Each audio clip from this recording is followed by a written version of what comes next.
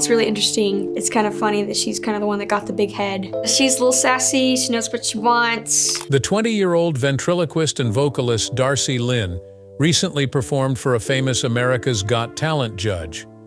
Darci recently expressed her extreme displeasure with the treatment she received on a highly popular American talent program. "I used to feel so uninspired," she said, but now she's prepared to confront her oppressors. Guess which one of these judges is now embroiled in a case? I don't know what became of Darci Lynne. Come with us as we expose the surprising motives behind Darci Lynne's lawsuit against an AGT judge. Ventriloquist and vocalist Darci Lynne Farmer is a young American who has been instrumental in reviving the art form. As a result of her exceptional talent, she has received several accolades for her performances. "So guys, what part of I'm singing do you not understand? You just stand there with your mouth closed like you always do," she pointed out. Although her stage fright made public performances a challenge, she had a passion for singing from an early age and was born in Oklahoma. She took inspiration from Terry Fator and other ventriloquists, began training and performed with her first puppet at a talent show in 2014. Over the next 2 years, she won even more competitions because of the instruction she received from other performers after her success. Along with her parents' support, she competed in and won the 2014 International Cinderella Scholarship Program's International Mini-Miss title. There, she met Lisa Bonaquisti, a young ventriloquist with much of experience, and she was motivated to give it a go. While Darci Lynne rose to fame in 2016 as a contestant on Little Big Shots, she really came into her own in 2017 as the winner of America's Got Talent Season 12. Petunia the Rabbit, one of her puppet characters, has been her mainstay since then, accompanying her on several tours and appearing on numerous television appearances. Darci earned first place on America's Got Talent after months of practicing with advice from Bonaquisti. Gary Owen, a ventriloquism instructor who was impressed by her abilities, volunteered to assist with her training and eventually became her manager. Additionally, she started training with Tiana Plenz, a voice coach. She took first place the next year in events such as Oklahoma Kids and Oklahoma's Got Talent's junior section. She was named Entertainer of the Year among her many accolades at the American Kids event in Branson, Missouri. Darci went to Edmond, Oklahoma's Deer Creek Middle School for 7th grade before deciding to homeschool for 8th grade. It became so bad that she had to skip the first day of 7th grade to perform on America's Became Talent. As Darci's renown grew, she began to wow audiences outside of the classroom, which quickly altered her academic life. Nobody could have predicted the extent to which her abilities would propel her. Performing the energetic "I Want to Be a Cowboy Sweetheart" alongside her cowgirl puppet Katie, Darci Lynne captivated audiences on Little Big Shots in March 2016, her first appearance in the spotlight. In July of that year, she became the first child ventriloquist in the 40-year history of the Vent Haven Convention to headline an evening show. She was the opening act for Todd Oliver and Kevin Johnson, two famous ventriloquists. In March 2017, she joined Katie on the British edition of Little Big Shots, where she once again impressed viewers thanks to her burgeoning celebrity. Entering America's Got Talent on May 30th, 2017 in the summer changed Darci's life. She brought Petunia, her puppet, and sang "Summertime" by Porgy and Bess. Judgment by Judge Mel B was so decisive that Darci advanced to the quarterfinals thanks to Mel B's golden buzzer. It only took Darci 30 hours for her routine to become the most watched video in American Got Talent history. In the end, it became the 4th most popular trending video of the year on YouTube.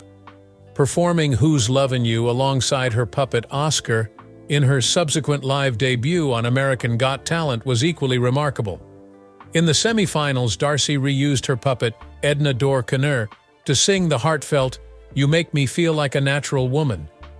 In the grand finale, she reunited Petunia and Oscar for a rendition of "With a Little Help from My Friends," an arrangement that so impressed the judges that Simon Cowell boldly predicted her victory. The season finale featured Darci and AGT veteran Terry Fator on stage, and not only did she win, But NBC also announced that she had received more votes than any other finalist in the show's history. The Darci Lynne and Friends Live Tour, which Darci began after her AGT win and had 5 stops initially but swiftly grew to 52, was Darci's brainchild. In November and December of 2018, she performed holiday-themed gigs called Rocking Around the Christmas Tree with Darci Lynne and Friends, which attracted huge audiences and provided a festive touch. In December 2017, she returned home to even more fanfare with the lightning-fast 6-minute sale of her Darci Lynne Homecoming show, which was co-presented by KJ103 and iHeartMedia. Extra concerts were added because her admirers wanted to see her. With a performance at Caesars Palace in Las Vegas on New Year's Eve with Fergie, she maintained her momentum. After her January 2018 Today performance, in which she performed Who's Lovin' You with Oscar, Darci made her Grand Ole Opry debut in March and made an April appearance at the Nickelodeon Kids' Choice Awards. She was a guest on Pickler and Ben in May and brought Oscar back to Little Big Shots to sing the Isley Brothers' high-energy Shout.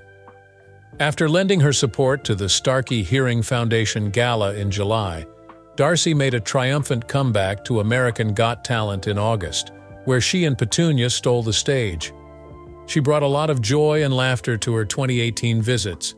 Among her many television appearances, she participated in Kids Baking Championship, sang Rudolph the Red-Nosed Reindeer on Steve, and sang Jingle Bell Rock during NBC's Christmas in Rockefeller Center performance. She made a triumphant comeback to the Grand Ole Opry in December, brought a smile to the face of Fancy Nancy's Daisy character, and stole the show in her very own NBC special, Darci Lynne, My Hometown Christmas. Featuring duets with celebrities like Lindsey Sterling, Toby Keith, Kristen Chenoweth, and Pentatonix, as well as a humorous skit involving American Got Talent judges Simon Cowell, Howie Mandel, Heidi Klum, and Mel B. This show was a joyous extravaganza that gloriously showcased Darci's extraordinary talent and her rise to stardom. Her magical and joyous 2018 Christmas season was a smashing success, and her fans couldn't get enough of her infectious personality and incredible ability. It was time for Darci to reveal a new side as she got ready for new challenges. On this occasion, how was her approach different? While returning to the AGT Fantasy League, Darci made a point of acknowledging that people still thought of her as that little child, and she was prepared to alter that. At her debut performance, she sang backup with Petunia before switching gears and taking the guitar lead alone. Audiences loved the unexpected, but the judges weren't so sure. One of her admirers, Simon Cowell, said that her combination of singing and ventriloquism made her special. Farmer dared to perform without her puppet in the semifinals, an even more daring move. With the performance of her first track, Push Our Luck, she declared her intention to go solo in the music industry. Heidi Klum praised her for following her gut, even if other judges still liked her more conventional performance.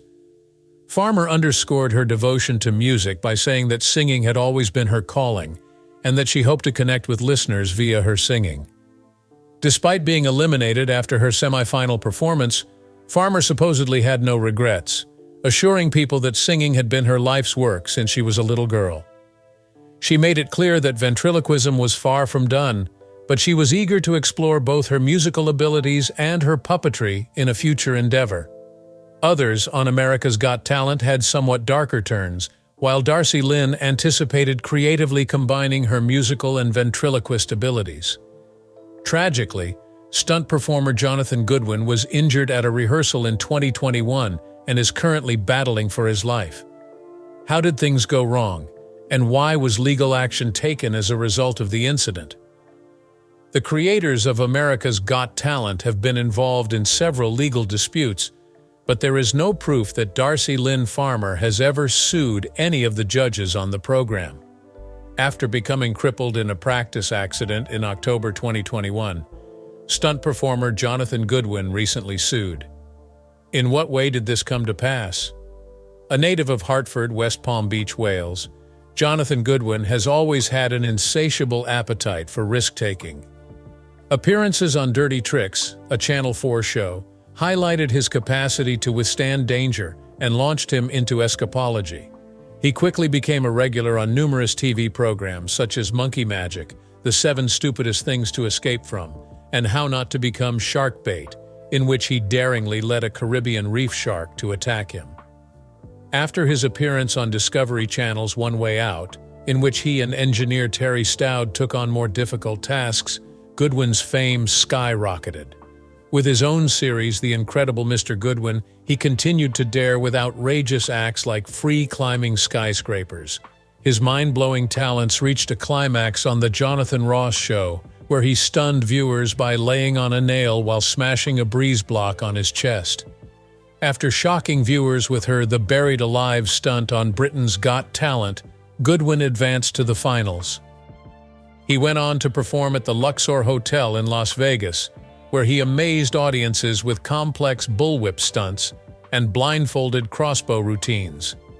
A life-changing event in October 2021 damaged Goodwin's spinal cord, putting an end to his exciting career. During stunt practice for America's Got Talent Extreme, Jonathan Goodwin had a terrible mishap that sent him to the hospital.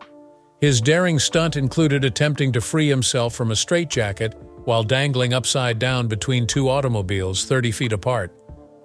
But then everything went terribly wrong, and the automobiles crushed him before they caught fire.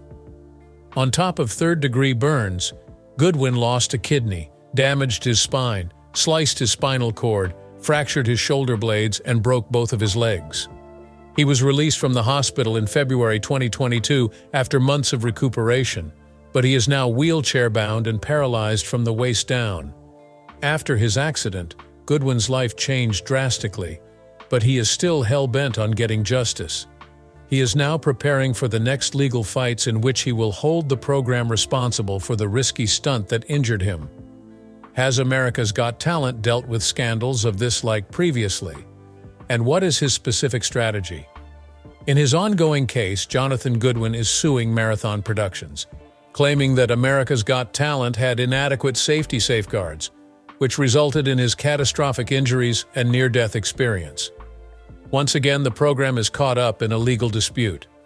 Joey A. Doe, a mother of a little girl named Mary, has taken legal action against AGT's production companies, claiming that host Tyra Banks assaulted her daughter while she was performing.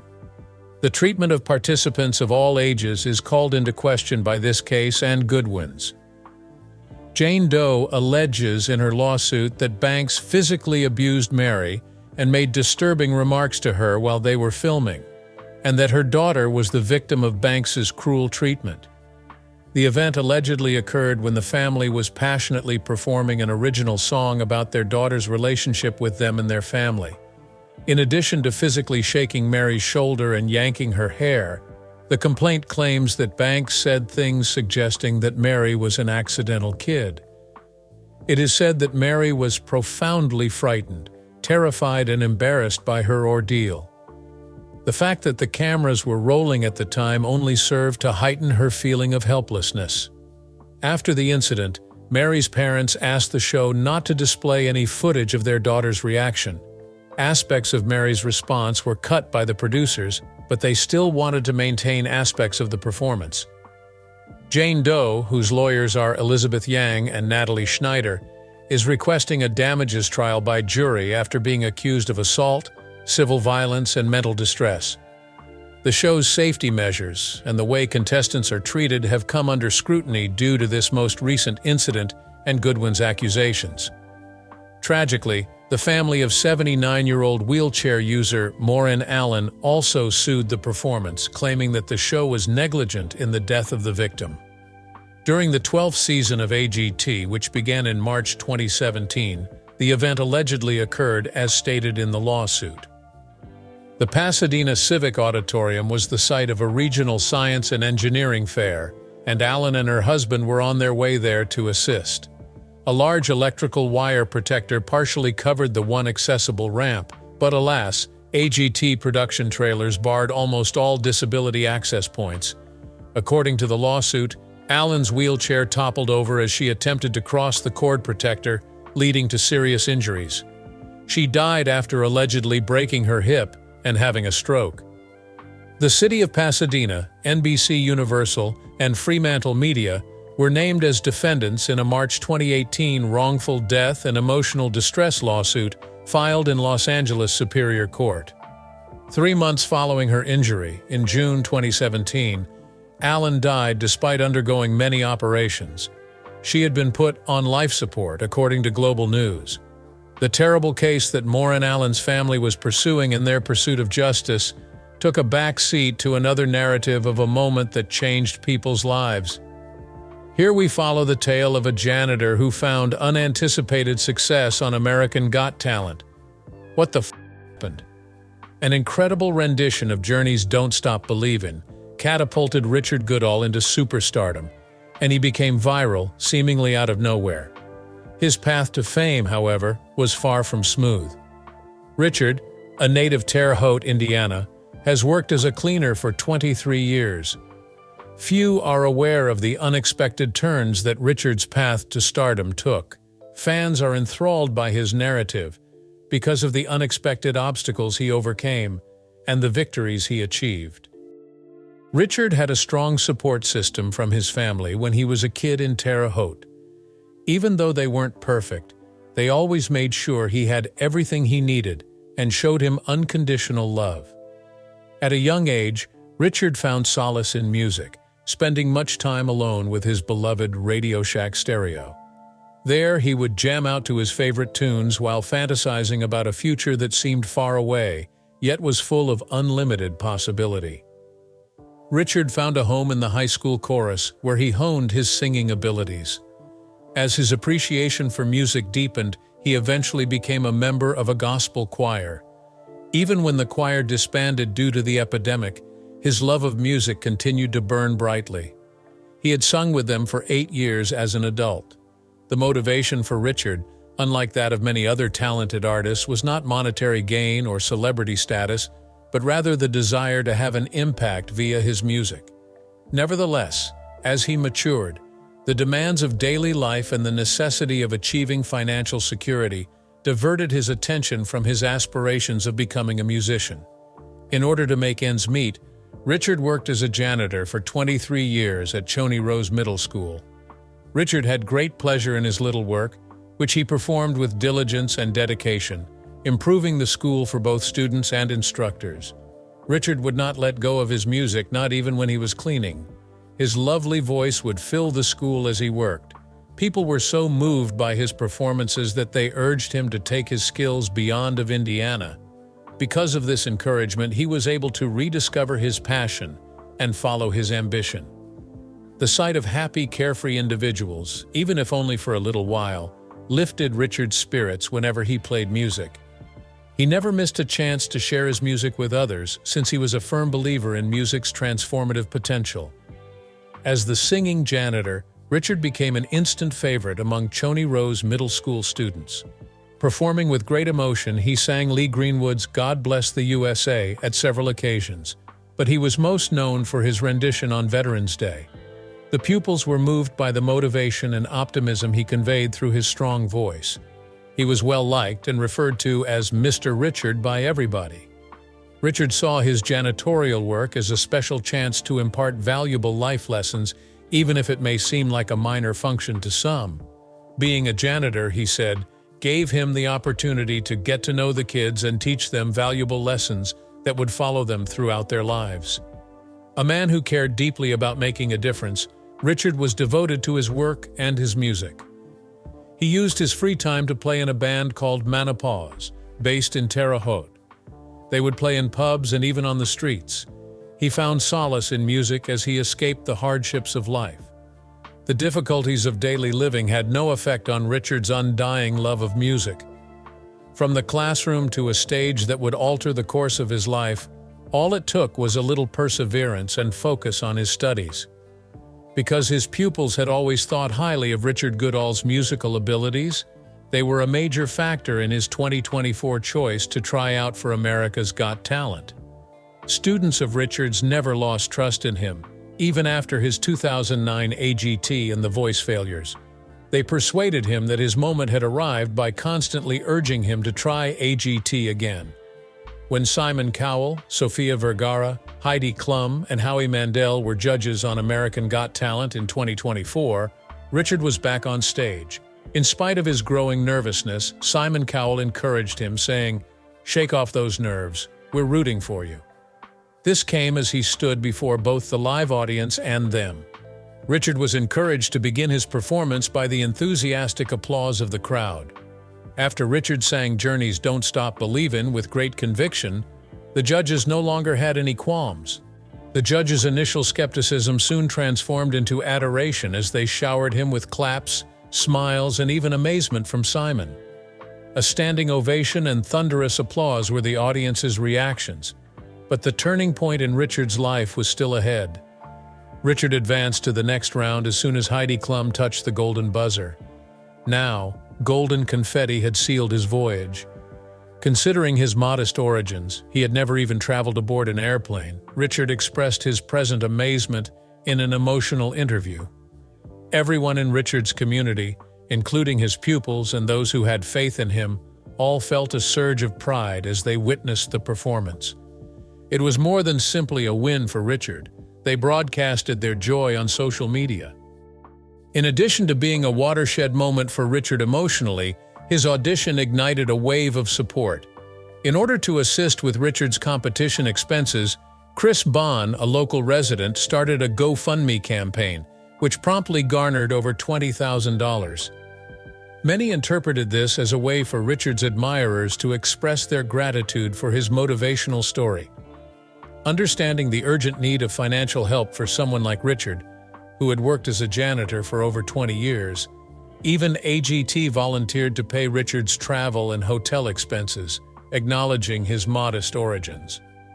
Richard stayed grounded despite the heightened attention. He maintained in interviews that he was just like everyone else and refused to acknowledge his achievements. He stressed that his background and identity remained unchanged despite his meteoric climb to prominence. His triumph on AGT was evidence of his talent, as well as the strength of a community and determination. More than simply an opportunity to showcase his singing skills, Richard's performance served as a powerful reminder to those in attendance that aspirations may be realized regardless of one's origin. A lot of people found hope in his narrative. Although not everyone was a fan, Richard's celebrity skyrocketed after the episode aired. Critics on Reddit questioned Richard's vocal ability, saying that his performance, although respectable for a guy in his 50s, failed to wow. Richard, ever modest, took the criticisms in stride, knowing that the road to fame is paved with both compliments and criticism. Messages pouring in from all around the world overwhelmed Richard with their attentiveness. The overwhelming show of support for Richard was expected, according to his bandmate Tom Greenberg, who stated that Richard was justifiably honored. The idea that he may take the stage in the finals with his band started circulating as his journey through AGT continued. Never stop believing no matter the obstacles. Richard stayed true to himself no matter what the future brought. At its core, his actions were driven by his passion for music and his commitment to his community. As Richard climbed the AGT ladder, his story demonstrated that inspiration can strike at the most inopportune times, and that it's worth persevering for long-sought goals. In the long run, does America's Got Talent help the competitors or does it hurt them? Leave a comment below and tell us what you think. Please subscribe, like, and share for more content like this. By the way, you should watch the following video that pops up on your screen.